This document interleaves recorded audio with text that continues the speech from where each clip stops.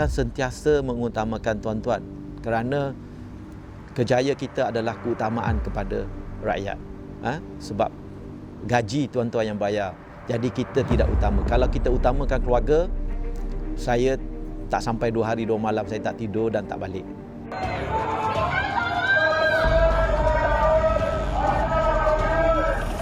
Saya berada kat sini untuk menjalankan tugas saya sebagai pasukan penyelamat.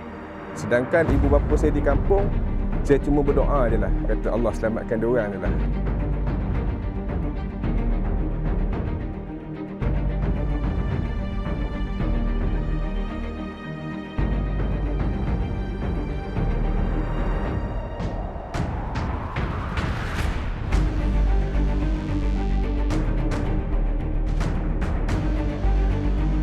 Setiap bencana dia bermula dengan beberapa petanda. Dan petanda ini yang kita tak boleh ambil ringan.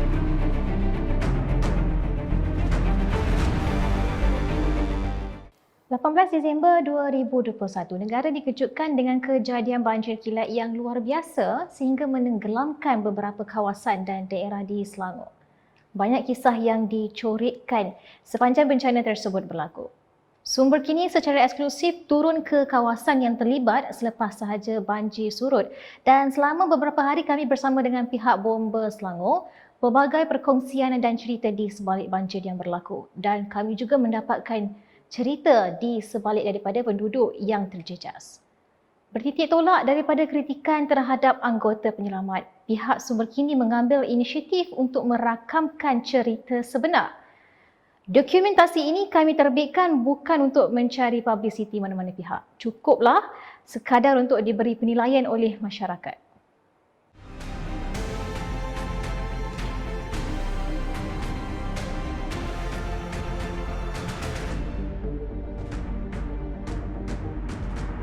Untuk makluman, kita telah menerima laporan berkaitan dengan banjir ini sejak pada 17 hari bulan lagi petang.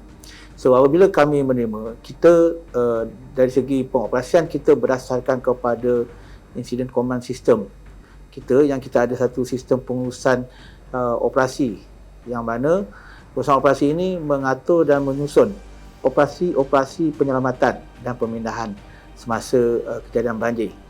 Jadi apabila berlakunya banjir pada 17 hari bulan yang kita terima, pada peringkat awal kita telah menerima laporan di Kelang, di Kuala Langat, Teluk Panima Garang dan juga di Sepang. Jadi dari segi sistem pengurusan operasi ini, saya telah menggerakkan bahagian di sektor operasi untuk mengatur gerak penyelamatan, yang mana di peringkat kawasan tersebut kita mewujudkan sub ICS yang diketuai oleh ketua zon yang mengandungi beberapa balai untuk bertindak. Contoh di Kelang misalnya, daerah Kelang, kita telah menggerakkan balai-balai yang berhampiran untuk melakukan operasi pemindahan dan penyelamatan, yang mana yang melibatkan Balai Pelabuhan Kelang, Kota Raja, Andalas, Kapar dan Sungai Pinang.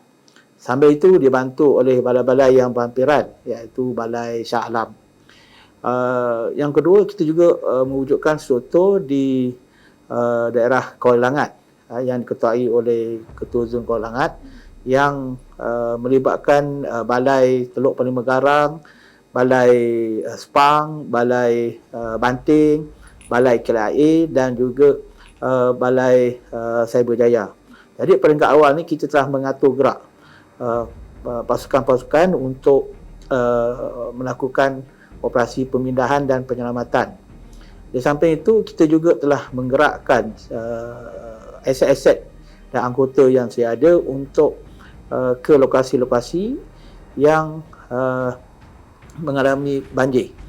Contohnya bantuan-bantuan daripada Shah Alam, Balai Bomba Kota Anggerik, Balai Bomba Sungai Buloh, Balai Bomba Bangi, Kajang, digerakkan untuk memberikan bantuan pada peringkat awal di balai-balai yang terjejas. Pada 18 bulan, apabila banjir ni berlaku lebih buruk lagi, kita telah menggerakkan lain balai di seluruh negeri Selangor untuk membantu memberikan bantuan kepada kawasan-kawasan yang terjejas pada 18, iaitu di sekitar Shah Alam, di Hulu Langat, di Kuala Selangor, di Bestari Jaya dan juga di daerah kawasan Puchong, Petaling. Jadi kawasan-kawasan ini kita telah mengatur dan menyusun pengurusan operasi kita dengan mewujudkan di setiap daerah itu mempunyai satu struktur operasi yang diketuai oleh setiap ketua zon untuk memantau dan mengetuai operasi-operasi yang dilakukan semasa kejadian. Banjir yang berlaku di Selangor ni satu kejadian yang memang tidak dijangkakan. Kita pada peringkat awal memang bersedia untuk menghadapi musim timur laut, tapi pada pandangan saya berdasarkan pada yang sebelum ini berlaku. Contoh, kejadian banjir ini sering berlaku di kawasan Sepang, iaitu melibatkan Salak Tinggi, melibatkan Dengkil, Labu Lanjut, dan juga di kawasan Banting, Teluk Kurni Megarang, dan juga di daerah Kuala Selangor yang melibatkan di Bestari Jaya.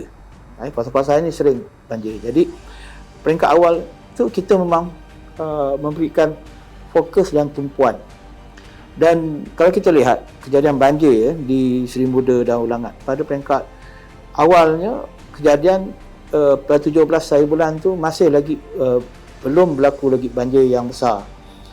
Tapi sebabkan hujan yang berterusan dan juga kadar hujan yang turun yang melebihi, saya dimaklumkan bahawa hujan yang turun tu dia punya melebihi daripada jumlah sebulan kadar hujan yang turun. Jadi kerana menyebabkan air yang banyak, dan di samping itu juga keadaan pasang surut agak besar, air pasang agak besar, jadi menyebabkan berlaku pertembungan dan menyebabkan kawasan-kawasan yang sebelum ini tidak mengalami banjir yang besar menjadi banjir yang besar dan menyebabkan air naik secara mendadak dan cepat. So bila ini berlaku, pada peringkat ini kita sebenarnya pada 17 hari bulan tu kita telah menggerakkan aset kita ke kawasan lain, kawasan-kawasan yang telah terjejas dahulu seperti di Pelabuhan Kelang, di Teluk Gong dan kawasan-kawasan sekitar, begitu juga di Banting. Jadi apabila berlaku pada 18 hari bulan, terutama di kawasan Seri Muda dan juga di Ulangat, jadi apabila pergerakan aset untuk patah balik ke Shah Alam tu agak memakan masa sedikit disebabkan oleh laluan jalan yang terputus, jalan yang dinaiki air, jadi keadaan kesesakan jalan yang begitu teruk dan sebagainya. Jadi keadaan itu menyebabkan jumlah aset yang sepatutnya berada di Seri Muda agak berlaku sikit kelewatan, di mana peringkat awal memang kita dah ada di Seri Muda tu dengan bot-bot penyelamat, tapi bot yang ada tu, aset yang ada tu bilangannya masih lagi tidak boleh nak menampung dengan jumlah bilangan rumah yang ditenggelami air. Dimaklumkan di Seri Muda itu saja ada hampir 6,000 bilangan rumah yang melibatkan lebih 30,000 penduduk. Dan pada masa keadaan tersebut menyebabkan kita bersama dengan agensi-agensi lain berusaha sebaik mungkin untuk mengeluarkan masa, terutama di kawasan Seri Muda. Apabila kita selepas daripada kita beroperasi di kawasan Pelabuhan Kelang, di Kelang, di kawasan Banting dan sebagainya, dan pada masa yang sama juga berlaku juga banjir di kawasan Subang Jaya, berlaku juga banjir di Puchong. Jadi keadaan ini menyebabkan aset-aset yang ada telah diagih-agihkan untuk melakukan penyelamatan di pelbagai tempat dan kawasan yang terlibat dengan banjir. Seperti yang diceritakan oleh Tuan Nur Azam di awal tadi, Teluk Gong Kelang adalah kawasan pertama yang dilanda banjir, iaitu pada 17 Disember 2021. Sumber kini turut menemu bual pegawai operasi bencana negeri dan turun sendiri ke kawasan tersebut bersama beliau. Saya Joanna alias Azlam bin Musa, bertugas di bahagian operasi Jawatan Bomber dan Penyelamat Malaysia Negeri Selangor. Bertugas sudah berkhidmat selama lebih kurang 27 tahun di bahagian udara dan juga di Balai Bomba Pelabuhan Kelang dan serta di bahagian operasi. Dan operasi banjir bermula di Teluk Gong di kawasan Pelabuhan Kelang pada hari Jumaat lebih 17 hari bulan. Jadi pada masa itu saya bertugas seperti biasa di bahagian ofis dan telah mendapat respon ataupun maklumat pusat gerakan operasi yang Balai Bomba Pelabuhan Kelang telah mendapat panggilan ataupun operasi di Teluk Gong tentang banjir. Dan setelah mendapat arahan daripada ketua bahagian saya untuk ke lokasi, dan saya terus ke lokasi di sekolah rendah sekolah kebangsaan Teluk Gong. Apabila disampai di sana lebih kurang 7 petang, keadaan banjir pada masa itu agak air yang paras pinggang, dan penduduk sekitar itu kebanyakan ada yang terputus sebab jalan telah ditutupi, dinaikkan air, dan banyak kawasan kampung telah ditergelami air. Ada yang paras kritikal dan ada yang paras tidak menentu mengikut keadaan rendah ataupun kawasan yang rendah ataupun tinggi setempat. Jadi boleh dikatakan sepenuhnya dipenuhi air kerana berdekatan dengan sungai Pandamaran.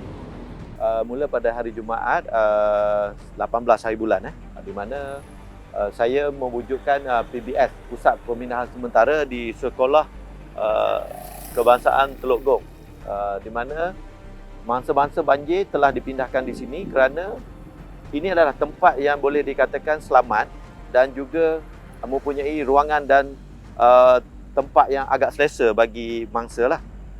Dan sama juga dengan masjid di sebelah sana. Di situ juga telah diwujudkan perpindahan sementara kerana di kawasan sekitar sini tidak mempunyai dewan yang luas untuk menampung mangsa banjir pada 18 hari bulan tersebut. Perpindahan tu bermula daripada hari Jumaat lebih kurang pukul 4 petang sampai ke malam, dan berterusan sampai ke hari Jumaat, hari Sabtu. Hari Sabtu pagi sampai ke tengah hari masih ada lagi mangsa-mangsa yang telah diambil pada di rumah mangsa yang hampir tenggelam, paras 3 meter dan 2 meter, tengok keadaan tempat yang rendah dan sebagainya lah. Jadi mangsa-mangsa yang mana terputus dengan pergerakan ataupun terputus jalan untuk keluar diarahkan untuk berpindah ke Pusat Pembinaan Sementara kerana di sini kita telah selaraskan dengan bekalan makanan dan sebagainya. Berapa lama Teluk Gong dibuka untuk sementara? Mangsa dipindahkan ke sini lebih kurang 4 ke 5 hari, bergantung kepada keadaan rumah beliau, yang mana air telah surut sepenuhnya dan beliau telah dibenarkan balik pulang. Selesai di Teluk Gong, sumber kini bersama dengan Bomba Shah Alam. Seperti yang umum tahu, kawasan di Shah Alam mendapat liputan yang cukup besar kerana peningkatan air secara mendadak sehingga menyebabkan ramai penduduk terpaksa berpindah. Apakah cerita di sebalik penyelamatan di sekitar Shah Alam sehingga timbul pelbagai persoalan di mana pihak penyelamat ketika rakyat memerlukan? Ini kisah dari Shah Alam.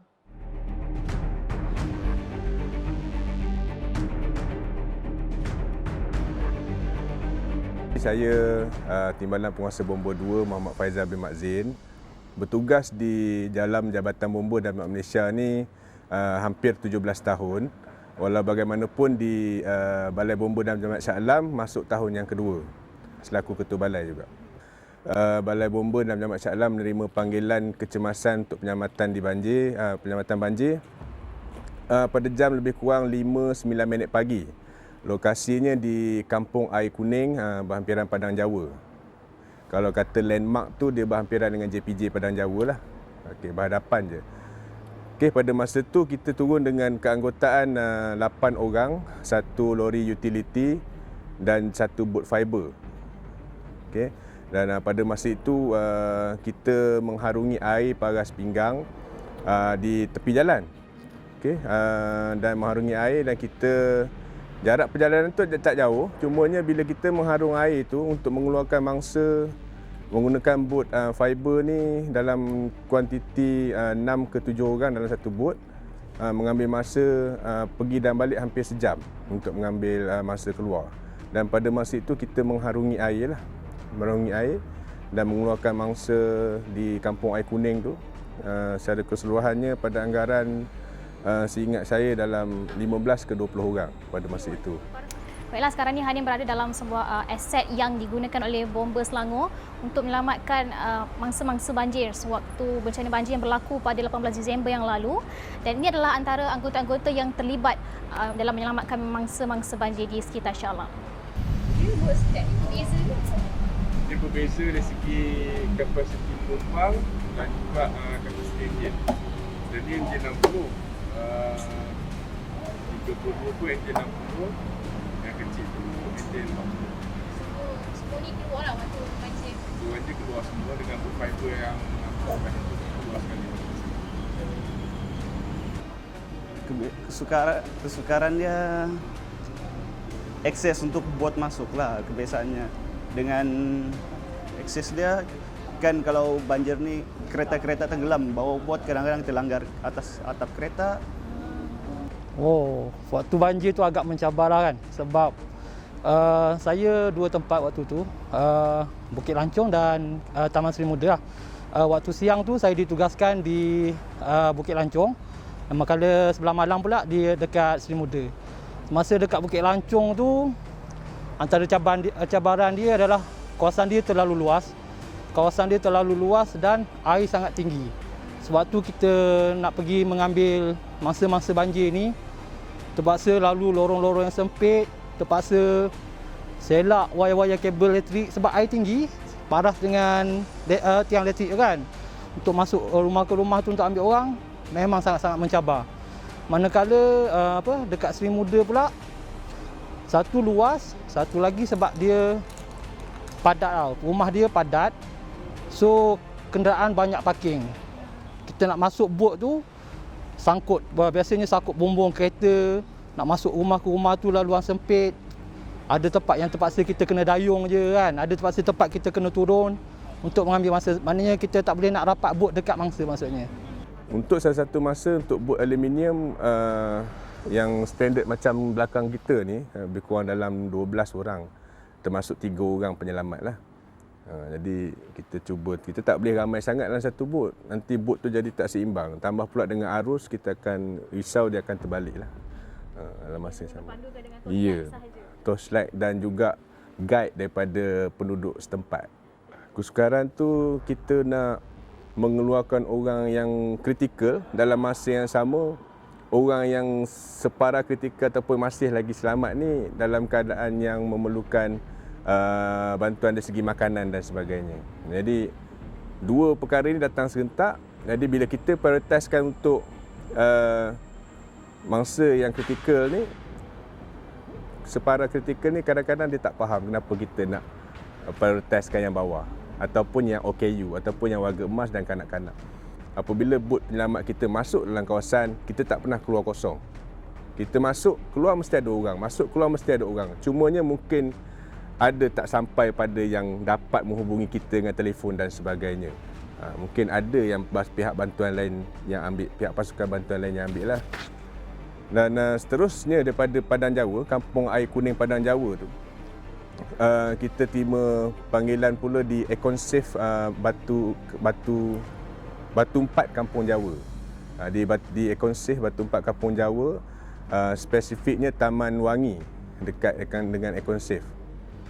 Jadi pada masa itu kita bergerak dengan kekuatan yang sama, mengeluarkan mangsa-mangsa yang di Taman Wangi, di Econsafe, sehingga pada anggaran jam 2 ke 3 petang lah. Daripada 5 pagi sampai ke 2 petang saya tak stop lagi kerja. Okey, 5 pagi sampai 2 petang saya tak stop lagi kerja, tapi pasukan saya dah bertukar pada masa itu. Dan selepas daripada Kampung Jawa, Econsafe Kampung Jawa, saya seterusnya ke Kampung Bukit Lancong. Kampung Bukit Lancung ni terletak dekat dengan Putra Heights pada masa tu.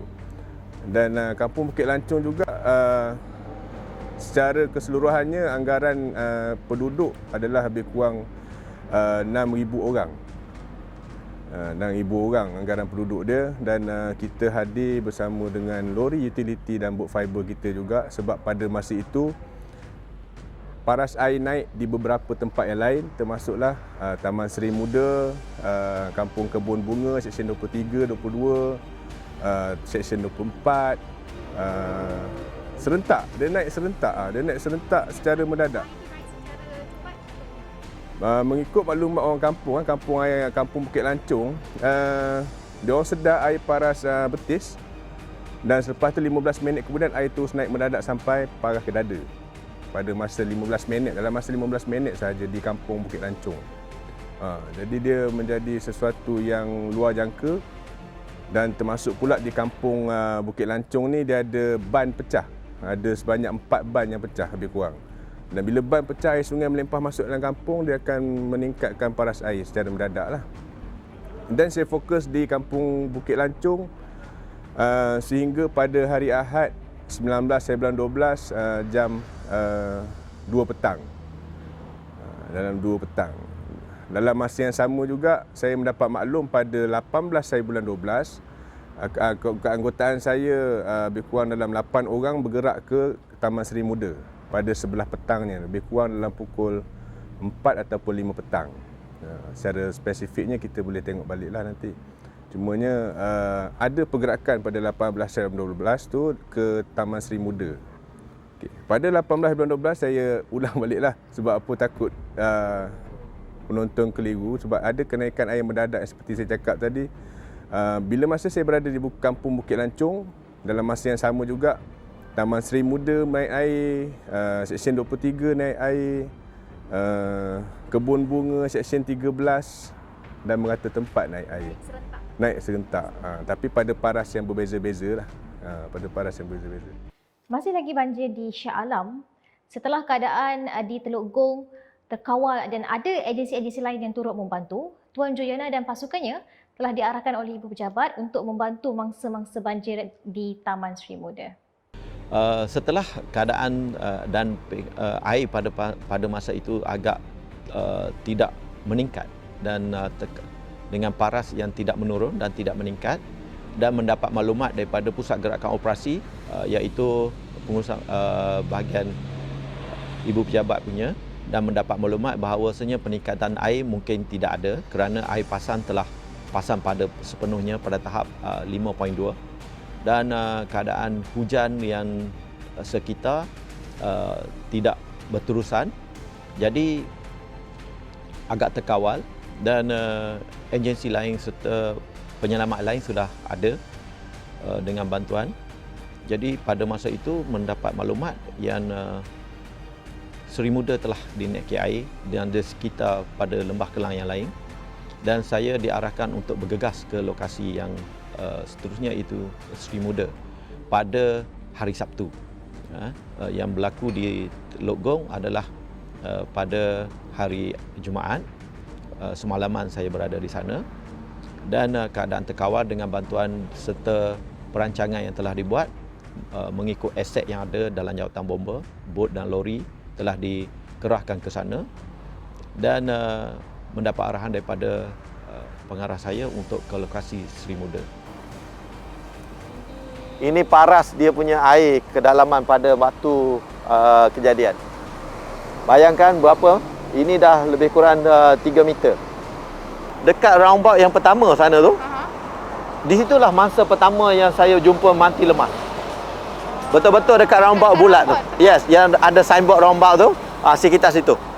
Ada satu mangsa pada hari yang pertama yang mati lemas saya jumpa.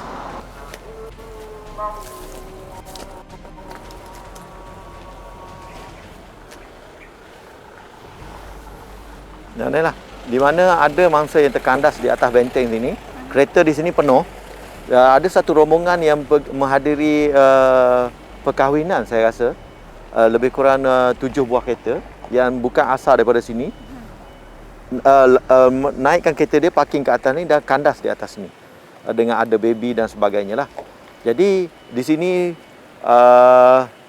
bercampur dengan rumah yang satu tingkat yang berpindah ke sini juga, lebih kurang 30 saya rasa lah, lebih kurang 30, dan ada yang berada di atas rumah bengkel ni sendiri. Dan paras air di sini lebih kurang 1 kaki lagi nak naik ke benteng sini lah. Itu mencemaskan. Pada peringkat awal tu, di mana beliau cuba menyelamatkan diri di dalam bas sana. Di dalam bas yang ada tepi sana, di dalam bas. Dan apabila 2 jam dan 3 jam selepas itu, air makin naik dan dia orang berpindah ke benteng sini. So benteng ni memang tak? Benteng ni tak sempat naikkan air sepenuhnya. Cumanya adalah merisaukan sebab keadaan pada tu air makin naik yang mencemaskan dia orang. Jadi saya pindahkan semua mangsa-mangsa ni ke tempat pusat pemindahan sebab ada baby, ibu mengandung dan sebagainya lah. Waktu dia orang naik tu malam tu ke berapa tu? Dah malam dah. Dah dalam pukul 3 pagi saya rasa. 3-4 pagi dah saya ambil yang sini sebab yang mana ini adalah mangsa yang boleh dikatakan boleh survive, tapi keadaan dia kerana kemungkinan air akan naik lagi. Dan tidak boleh tinggi lagi daripada tempat ini. Prioriti yang pertama adalah rumah yang setingkat yang telah ditergelami lebih kurang 3 meter air, paras bumbung dan sebagainya. Dan saya yang masuk di kawasan selatan di sebelah Highway Laksa, iaitu KFC Pizza yang sebelah sana, Sri Muda, telah membuat penyelamatan di kawasan timur Sri Muda. Memang keadaan air yang boleh dikatakan tenang, air yang tidak berarus, disebabnya kawasan Sri Muda ini adalah di tepi sungai dan telah dilitupi ataupun dikawal dengan benteng bam kawasan sungai, dan arus boleh dikatakan tidak ada arus yang kuat. Jadi pada masa saya menyelamat, untuk permulaan menyelamat menggunakan bot di kawasan KFC Pizza tu, memang kita dapat maklumat yang banyak pada peringkat awal melalui telefon, melalui pusat gerakan operasi, melalui somebody, kawan dan sebagainya, mendapat maklumat yang perlu diselamatkan, setiap orang yang perlu diselamatkan. Dan pada masa yang sama, saya melihat dengan secepat mungkin, dengan sepintas lalu, dan mengenal pasti waris mangsa ataupun keluarga mangsa yang berada di sekitar, di tebing tempat yang selamat, yang telah mendapat viral menyatakan keluarga ataupun somebody yang berada di dalam kawasan Taman Sri Muda itu rumah telah ditergelami air. Jadi di situ saya telah membuat pembahagian bahawasanya kita akan mengambil mangsa yang betul-betul telah tenggelam. Maksudnya rumah yang telah tenggelam ataupun mangsa yang OKU, mangsa warga emas, budak, kanak-kanak dan sebagainya yang hendak bersalin dan baru lepas bersalin mengikut keadaan. Dan ada yang stroke. Jadi permulaan saya untuk memulakan telah melihat kawasan yang strategi yang hendak pergi. Tapi belum sampai 100 kaki daripada permulaan bot saya bergerak, saya melihat ada pergerakan dalam air.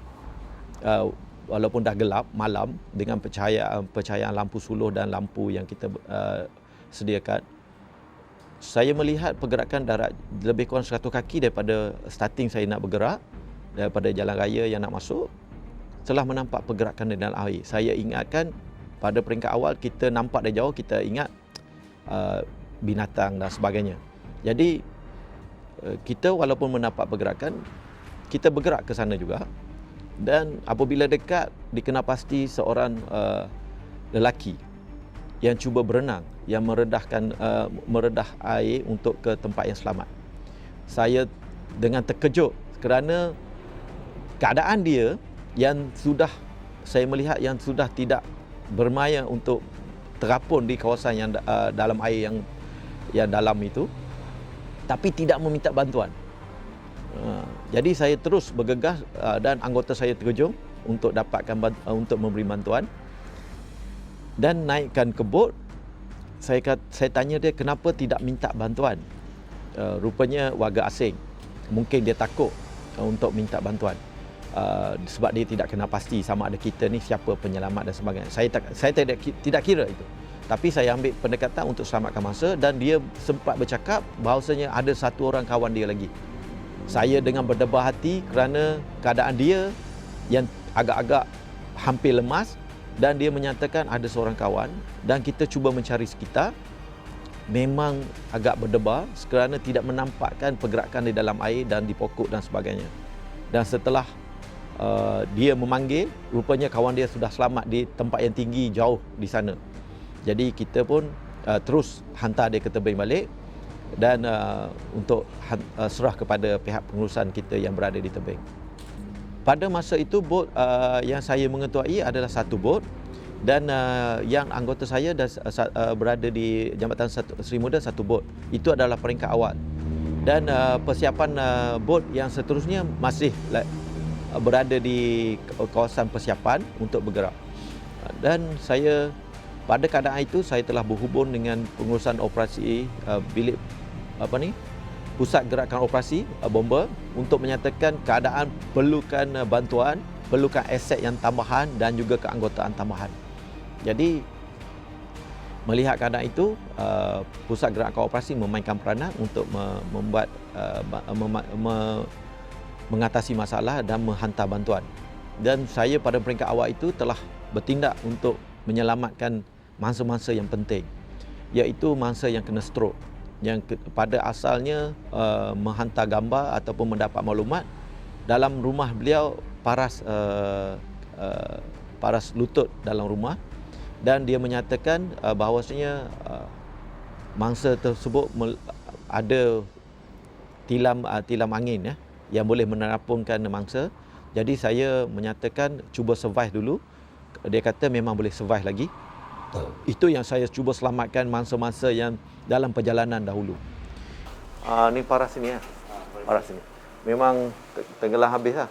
Kalau boleh dikatakan dia orang dalam pun survive parah-parah leher. Pada peringkat awal tak apa, tak masuk tak apa. Pada peringkat awal dia maklum pada saya air paras lantai ni kan. Saya tak datang lagi kan. Yes. Saya datang paras mana? Paras sini. Saya datang paras sini. Memang duduk atas, berdiri atas kursi dan ampungkan sini lah. Okey, waktu tu dalam pukul 12 lebih tu, saya pun dah tak boleh nak buat keputusan sebab owner yang tinggal dekat atas ni saya sewa kan. So rumah dia, saya ada kunci tapi time tu kunci pun dah tenggelam. So saya pun decide saya tak bawa orang tua saya naik atas lah sebab lagi satu keadaan kat luar sejuk, hujan. Bila dia orang stay dekat dalam ni, cuaca dia suam-suam. So saya berani lagi sebab orang tua saya dia punya katil hospital dia floating.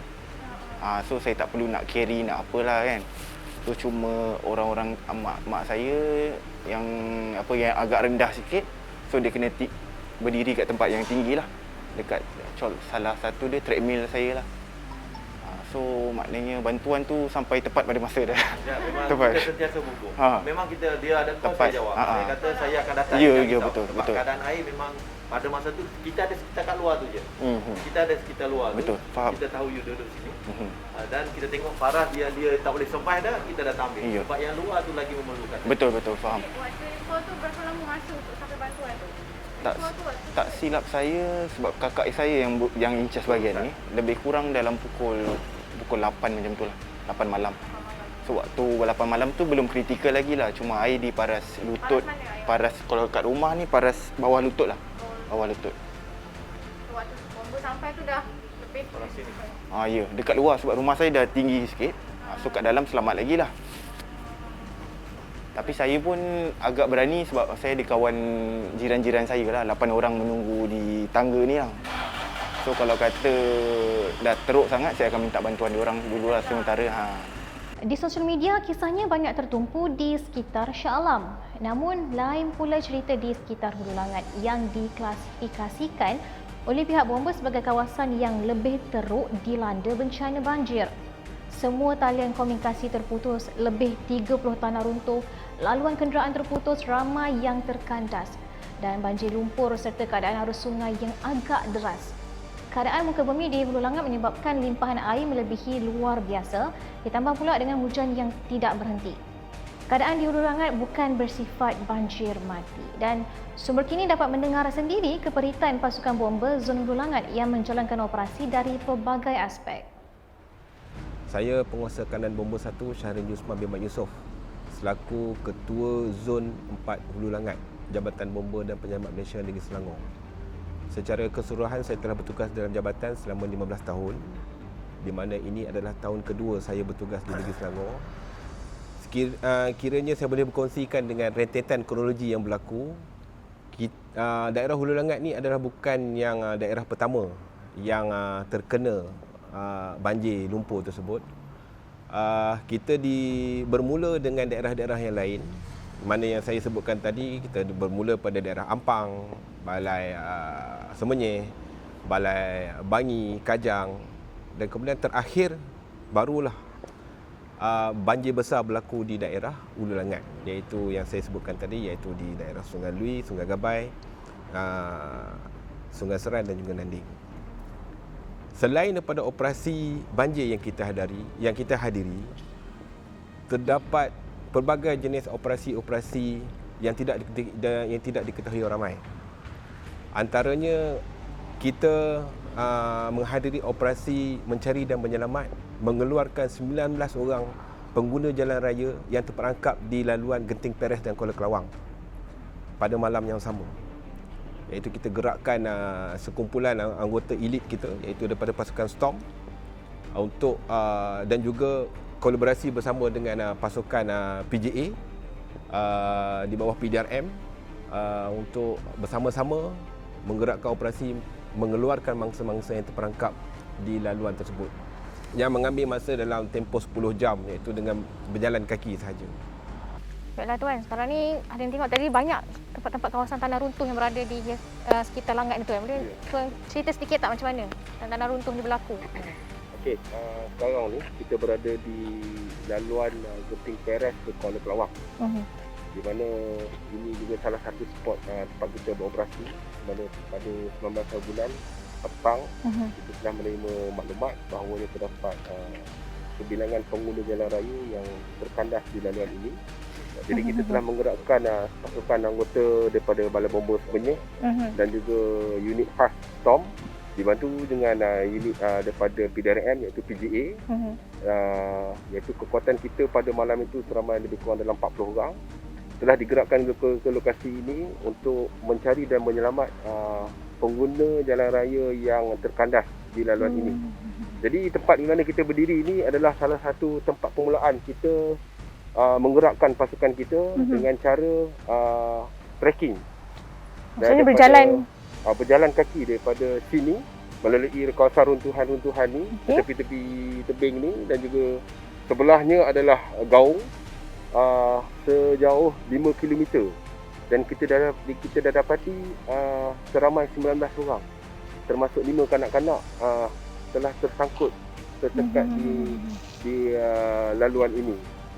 Operasi mengambil masa lebih daripada 10 jam untuk membawa keluar mangsa-mangsa tersebut daripada laluan yang sama kita mula beroperasi. Dan di situ terdapat 2 orang mangsa telah tercedera dan tidak dapat berjalan, di mana kita terpaksa mengangkat mangsa itu sejauh 5 km daripada tempat mereka dijumpai sehingga ke kawasan selamat ini. Dan seterusnya operasi tamat pada 21 hari bulan dan telah dihantar ke Balai Polis Berdekatan untuk tindakan segera, dan yang cedera itu kita telah hantar ke hospital. Jadi waktu tu kesukarannya tu adalah sebabkan tanah runtuh ni memang dah tutup. Yang pertamanya kesukarannya adalah waktu yang kita beroperasi itu adalah waktu malam, gelap, tiada komunikasi, cuaca yang tidak menentu, selain daripada yang kita dapati tanah-tanah runtuh, dan juga risiko-risiko lain yang masih lagi aktif berlakunya pokok-pokok tumbang dan runtuhan-runtuhan batu dan juga selut yang masih lagi fresh lah. Dan juga kita khawatir juga dengan bekalan elektrik yang masih hidup pada ketika itu yang telah jatuh berjuntayan, yang mungkin akan menyebabkan anggota operasi pada malam itu akan Cedera tercedera. lah. Jadi berapa banyak kawasan tanah runtuh yang berlaku waktu kejadian? Di kawasan ini saja, laluan Genting Peres dan Kuala Kelawang ni saja. Daripada dapatan saya melalui tinjauan udara, kita dapati lebih daripada 30 runtuhan tanah dan juga runtuhan batu yang berlaku Sepanjang jalan sepanjang laluan ini dan juga berlaku di daerah di kawasan-kawasan hutan yang berdekatan dengan inilah. Jadi tuan, ada dikatakan juga pihak bomba memberikan bantuan makanan banjir membawa naik atas. Selesai kita menamatkan operasi mencari dan menyelamat pengguna jalan raya yang terkandas, kita juga dapat makluman daripada JAKWA, iaitu Jabatan Kebajikan Orang Asli Malaysia, mengatakan terdapat perkampungan orang asli yang terputus hubungan dengan bandar terdekat. Jadi kita telah membuat keputusan untuk membuat bantuan kemanusiaan seperti menghantar bekalan makanan seramai 600 orang. 600 orang di perkampungan ini melalui jalan udara, dan juga kita telah membuat engagement dengan NGO dan juga orang perseorangan, pendaki-pendaki, khususnya anak-anak Selangor yang ingin membantu. Kita telah mengumpulkan seramai 40 orang pendaki untuk mengangkat bekalan makanan daripada sini sejumlah 1,200 tan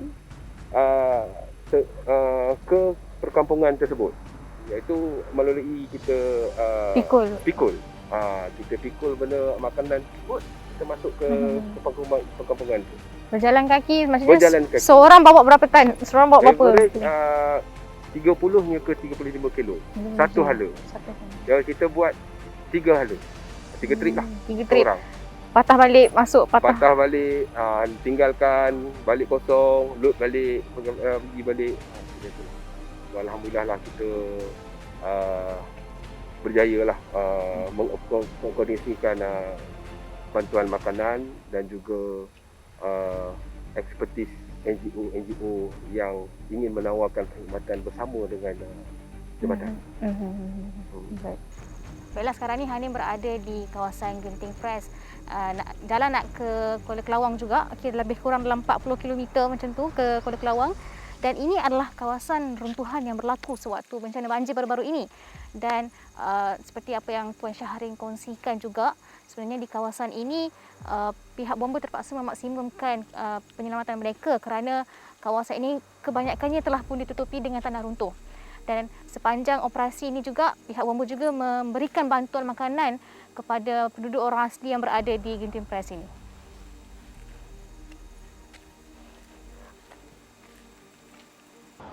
Kemudian antara operasi yang lain juga kita terlibat dengan bantuan kemanusiaan, menghantar bekalan makanan ke kampung orang asli Genting Peres juga dengan menggunakan khidmat unit udara kita, iaitu helikopter Jabatan Bomba Penyelamat Malaysia.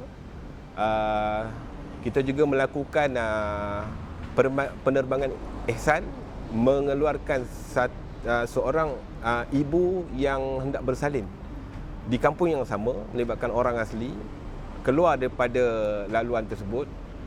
Dan juga kita telah menyelaraskan bantuan kemanusiaan penghantaran makanan sebanyak 1,200 tan menggunakan khidmat porter ataupun hikers NGO yang kita kumpulkan seramai 40 orang untuk menghantar bekalan-bekalan makanan tersebut melalui berjalan kaki. Baiklah, sekarang ni Hanim berada di kawasan orang asli Genting Peres. Dikabarkan lebih 600 orang yang berada di kawasan ini. Dan sewaktu misi banjir di kawasan Dolangat ini, pihak bomba telah pun hadir memberikan bantuan bekalan makanan kepada mereka kerana mereka dikabarkan terputus bekalan makanan sewaktu bencana banjir baru-baru ini.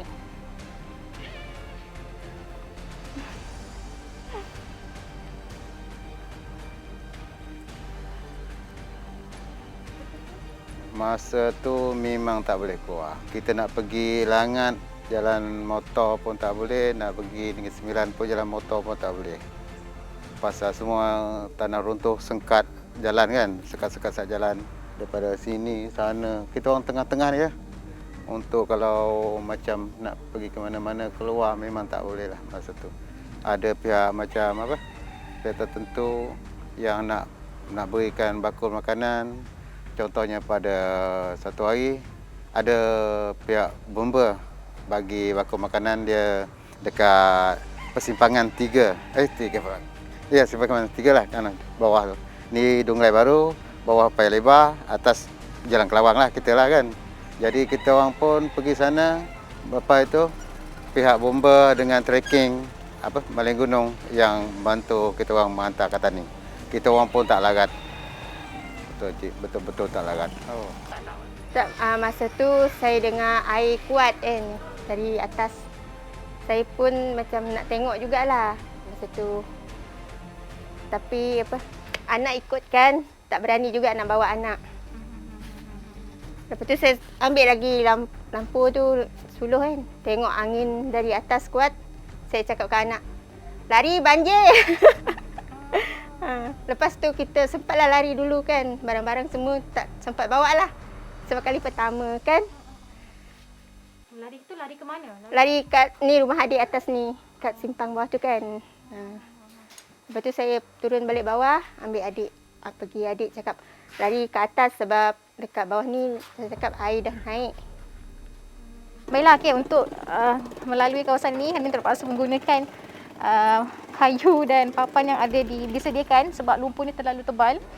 Dan kalau anda lihat di belakang ni, kayu-kayu balap masih lagi berada di kawasan ini selepas saja banjir berlaku kerana dibawa oleh arus-arus banjir pada Disember yang lalu.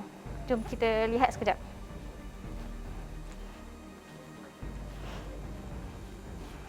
Okay, anda boleh lihat kawasan-kawasan ini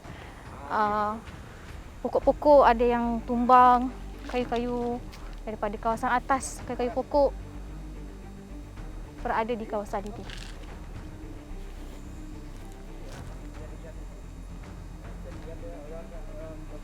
Yang juga ni rumah yang kena banjir dikabarkan oleh penduduk juga.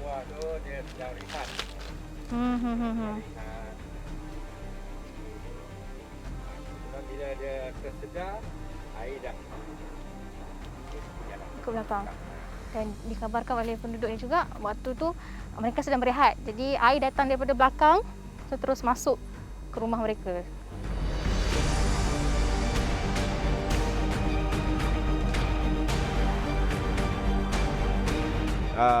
Melalui pengamatan saya 2 kali saya buat flight ke sana, membuat tinjauan udara, terdapat lebih pada 30 tanah runtuh yang telah menutupi keseluruhan jalan daripada laluan Genting Perez ke Kuala Kelawang. Semua berpendapat sebegitu.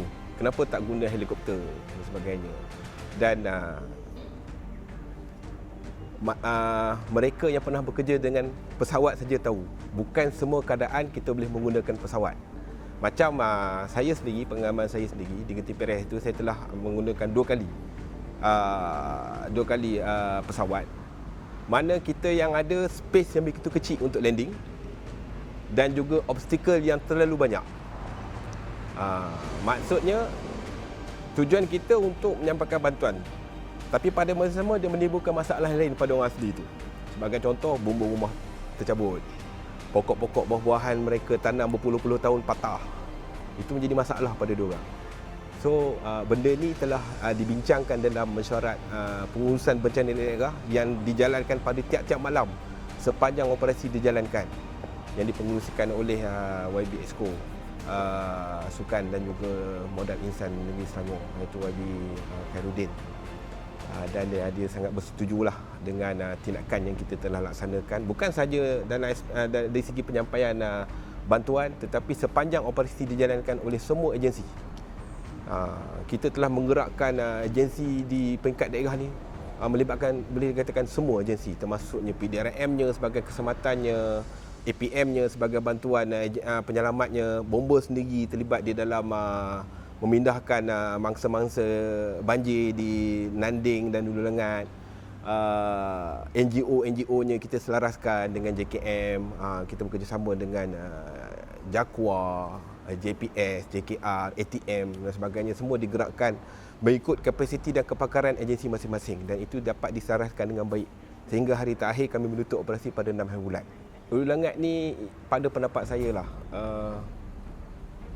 antara yang kawasan yang paling teruk terkesan sebenarnya, sebab melihat pada jenis operasi saja kita ada macam-macam, daripada start pada tanah runtuhnya melebihi 30 tempat, pokok tumbangnya melebihi beberapa kilometer, banjirnya daripada skala yang luas, mana dicatatkan lebih 6,000 mangsa banjir telah dipindahkan di PPS, sebanyak 22 PPS telah dibuka.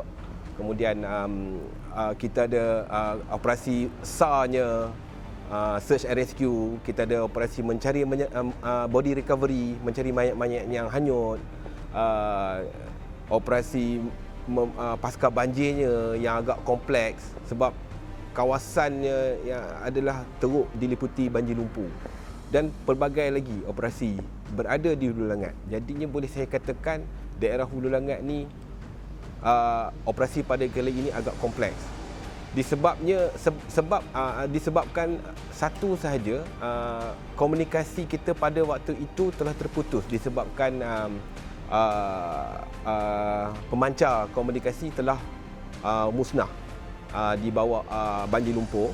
Jadi kita tidak boleh komunikate dengan dunia luar, kecuali kita keluar pada kawasan itu. Maksud kata kalau kita naik ke belah Ampang ataupun pergi ke sebelah Ceras yang ada line telefon, barulah kita boleh transmit that kind of information. Jadinya yang jarak daripada Sungai Lui, daripada Sungai Serai membawa ke atas ke Sungai Lui, Sungai Gabai, Kampung Perez, semuanya totally zero communication. Itu yang membuatkan dunia tidak tahu apa yang berlaku pada ketika itu. Tetapi kami yang berada di ground, memang kami work for 24/7 non-stop. Kita orang terima daripada jam lebih kurang pada pukul 6 petang 18 hari bulan sehinggalah 6 hari bulan baru kita berhenti. Jadinya memang daripada segi aset dan juga tenaga manusia yang kita gunakan to the maximum. Tinggal lagi macam mana kita nak uruskan, pertama nak uruskan emosi anggota kita yang bertugas ketika itu, kebajikan anggota kita yang bertugas itu supaya dia orang boleh bertahan lama dan mental, fizikal tak goyang, dan juga aset tu sendiri supaya tidak rosak. Itu yang kita try manage all the time. Ni jalan antara yang kawasan yang terkesan teruk lah akibat banjir lumpur yang melalui, asalnya ada satu jambatan tapi telah dibawa arus, dan hasil daripada dapatan Jawatan Kuasa Pengurusan Bencana Daerah bahawasanya jambatan ini perlu dibuat. Ada kadar yang segera untuk menghubungkan penduduk kampung seberang sungai. So ini adalah jambatan Beli yang menggunakan kejuruteraan JKR dan juga ATM.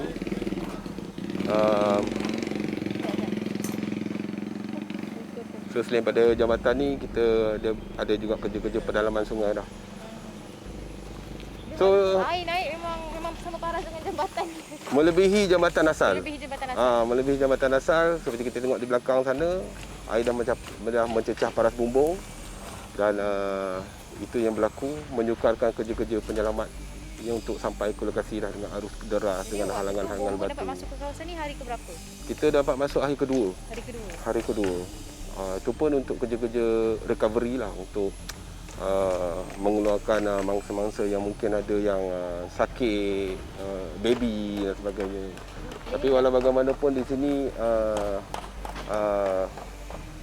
tahniah juga lah kepada penduduk di sinilah yang saya katakan dia punya tahap survival dia agak tinggi lah. Dia orang boleh manage diri sendiri dalam keadaan bencana yang besar begini.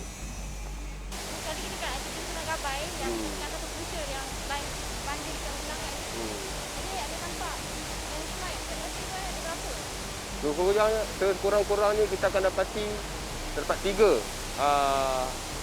landslide yang berpunca daripada taburan hujan yang banyak di kawasan ni lah. So dia mengakibatkan runtuhan tanah dan juga jatuhan batu-batu dan juga kayu-kayu daripada atas bukit ni membawa ke sungai Gabai ni.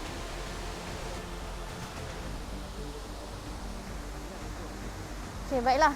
Okey Tuan Syahrin, ini adalah kesan daripada banjir lumpur baru-baru ini, betul? Banyak. Ini bukan kesan balak bukan Bukan. Bukan lah. Ini kesan kayu-kayu, batu-batu yang jatuh daripada atas ke bawah. Daripada taburan air yang banyak dan juga runtuhan tanah. Runtuhan tanah yang berlaku di kawasan air terjun Sungai Gabai ini. Dan batu-batu pun sangat besar, pokok yang sangat besar. Jadi memang kawasan ini tidak akan dibuka sehingga diberitahu kelak. Daerah Hulu Langat ni paling teruk terkesan tapi paling cepat recovery. Maksud kata pada 6 hari bulan yang lepas kita dah totally boleh katakan 100% dah manage. Sampahnya dah habis dikutip, longkang-longkangnya hampir 95% clear, boleh flow air dah berjalan. Rumah-rumah pun hampir keseluruhannya lebih pada 3,000 unit telah dicuci. Dan bantuan-bantuan lain pun semua sampai daripada sesenang-senang tempat sampai ke susah tempat, daripada bandar sampai ke pedalaman, sampai ke asli pun sampai bantuan tu. Sehingga 6 bulan semua PPS telah ditutup. 22 yang telah dibuka tu telah ditutup. Sebab sifatnya banjir di Hulu Langat ni adalah lebih kepada banjir kilat. 18 hari bulan naik, 19 hari bulan dah surut. Tinggal lagi dia punya aftermath, dia punya kesan akibat banjir lumpur itu sahaja yang mengambil masa yang sedikit lama lah. Tapi walau bagaimanapun dengan pengurusan bencana daerah yang pada saya efektif, kita sama-sama manage untuk menyegerakan kawasan-kawasan yang terkesan.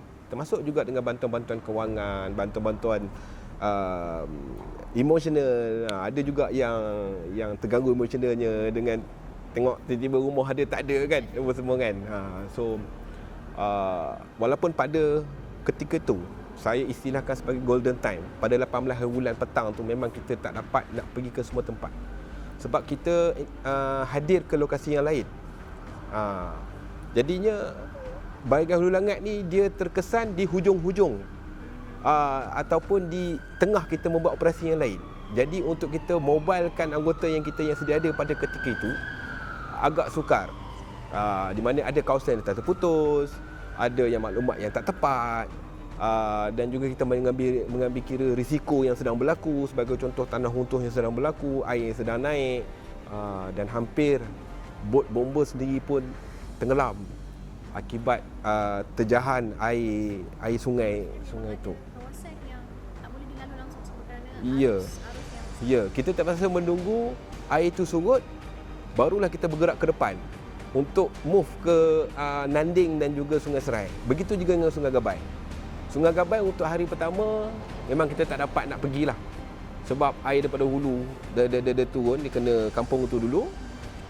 And then kita dengan halangan balaknya, batunya jatuh dengan air naiknya dan sebagainya, kita cuma boleh kita berjaya untuk sampai ke kampung tu pada hari kedua. Begitu je dengan Nanding dengan Sungai Serai. Jadi untuk persediaan lanjut jabatan pada ketika itu, kita dengan cepat mengarahkan anggota di Hulu Langat ni untuk mengadakan penggalan hadapan. Cepat-cepat kita alihkan aset-aset kita, ditempatkan di 4 spot hotspot yang baru. Sekiranya berlaku apa-apa saja kecemasan, bukan sekadar banjir second wave dan sebagainya, tapi untuk operasi-operasi lain untuk kita cepat sampai. Sebab kita faham jalan ada banyak tak boleh lalu, bentuk muka bumi dah berubah dengan trafiknya yang semakin padat sebab orang keluar masuk dan juga kereta-kereta hanyut di tepi jalan. Dan kita menempatkan anggota kita sementara di penggalan hadapan ni. So kita wujudkan 4 penggalan hadapan, iaitu di Sungai Serai 1, di Batu 14 1, di Nanding 1 dan juga di Sungai Serai 1. So pengoperasian dia, sekiranya apa-apa saja yang berlaku, 4 tim ni akan bergerak respon dahulu sementara menunggu bantuan pada balai-balai yang terdekat untuk dipanggil. Pada masa yang sama, kita dapat melegakan keresahan penduduk yang ada sekitar di sana sebab mereka tahu ada kehadiran bomba di tempat-tempat yang demikian dan mereka pun tahu tak boleh nak menggunakan komunikasi. Dia orang boleh walk in pergi ke Pekalian Harapan kita untuk memaklumkan apa sahaja jenis kecemasan yang berlaku. Tomahan makian kepada pasukan bomba kedengaran sepanjang bencana. Pelbagai tanggapan buruk dilemparkan. Dan di akhir dokumentasi ini, sumber kini memberi peluang kepada anggota-anggota bomba untuk menjawab segala dakwaan yang dilemparkan kepada mereka. Tapi sebenarnya pada saya, kami Jabatan Bomba Rakyat Malaysia Negeri Selangor telah berusaha sebaik mungkin, sehabis mungkin, telah mengeluarkan apa yang ada, aset apa yang ada, mengarahkan semua anggota dan pegawai untuk ke lokasi untuk melakukan kerja-kerja penyelamatan. Sehingga kan ada di kalangan anggota sendiri, pegawai itu sendiri yang mereka juga ditimpa musibah banjir. Tapi disebabkan kita utamakan tugas dan tanggungjawab, anggota saya itu mengabaikan apa yang berlaku terhadap rumah mereka dan keluarga mereka. Jadi itu satu kata orang tu, kerja tu memang kita utamakan. Kita cuba sebaik mungkin untuk kita membantulah memindahkan mangsa-mangsa. Ada yang menyatakan rakyat tolong rakyat. Yes, rakyat tolong rakyat. Sebab apa? Sebab kita bukan Superman untuk sampai ke lokasi dengan pantas. Jadi rakyat tolong rakyat itu adalah betul. Pada saya, kalau kita fikirkan balik, sebetulnya selama ni kita hidup berjiran, adakah kita berjiran dengan sempurna? Iktibarkan balik kehidupan kita. Kalau kita hidup dengan berjiran yang sempurna, saya rasa insya-Allah masalah yang sedikit, masalah yang besar boleh diatasi dengan cepat.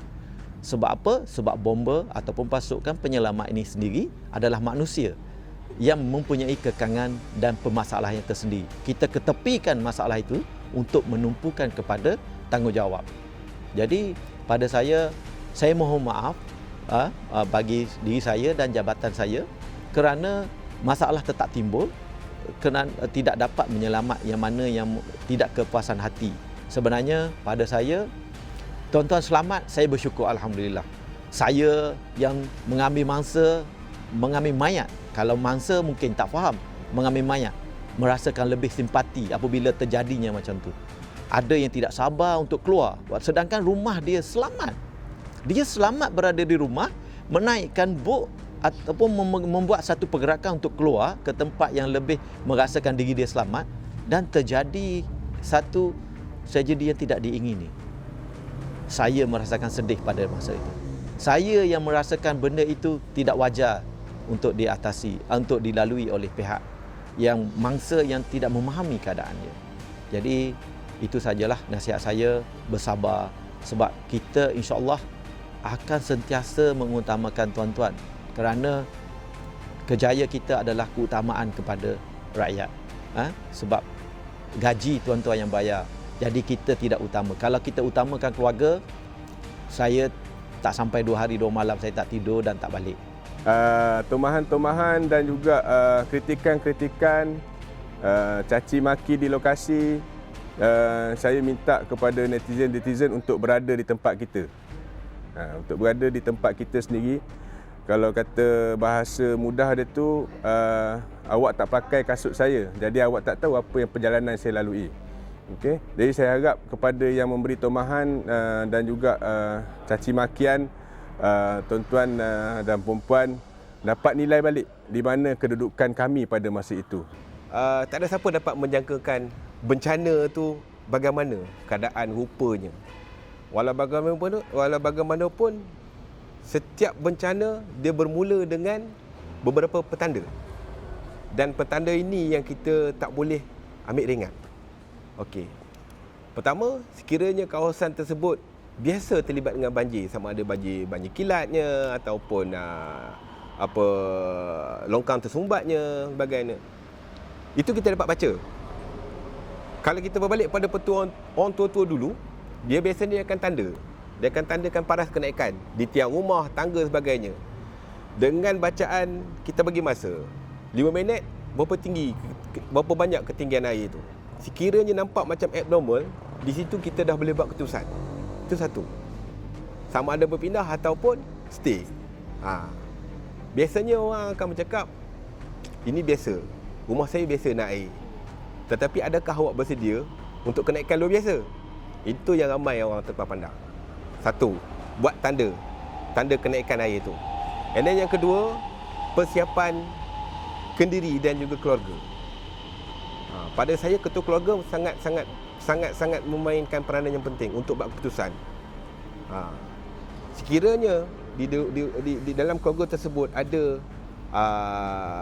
anak, ada baby ataupun ada warga emas yang perlukan extra attention, di situ pun dia dah boleh buat keputusan untuk mengeluarkan ahli-ahli keluarga terdahulu. Cumanya di sini berlaku konflik. Takut barang rumah hilang. So somebody kena stay in the house. Bila seorang bertindak untuk stay di rumah, ahli keluarga lain tak tergamak nak meninggalkan diri seorang. Jadi ramai-ramailah tunggu di situ.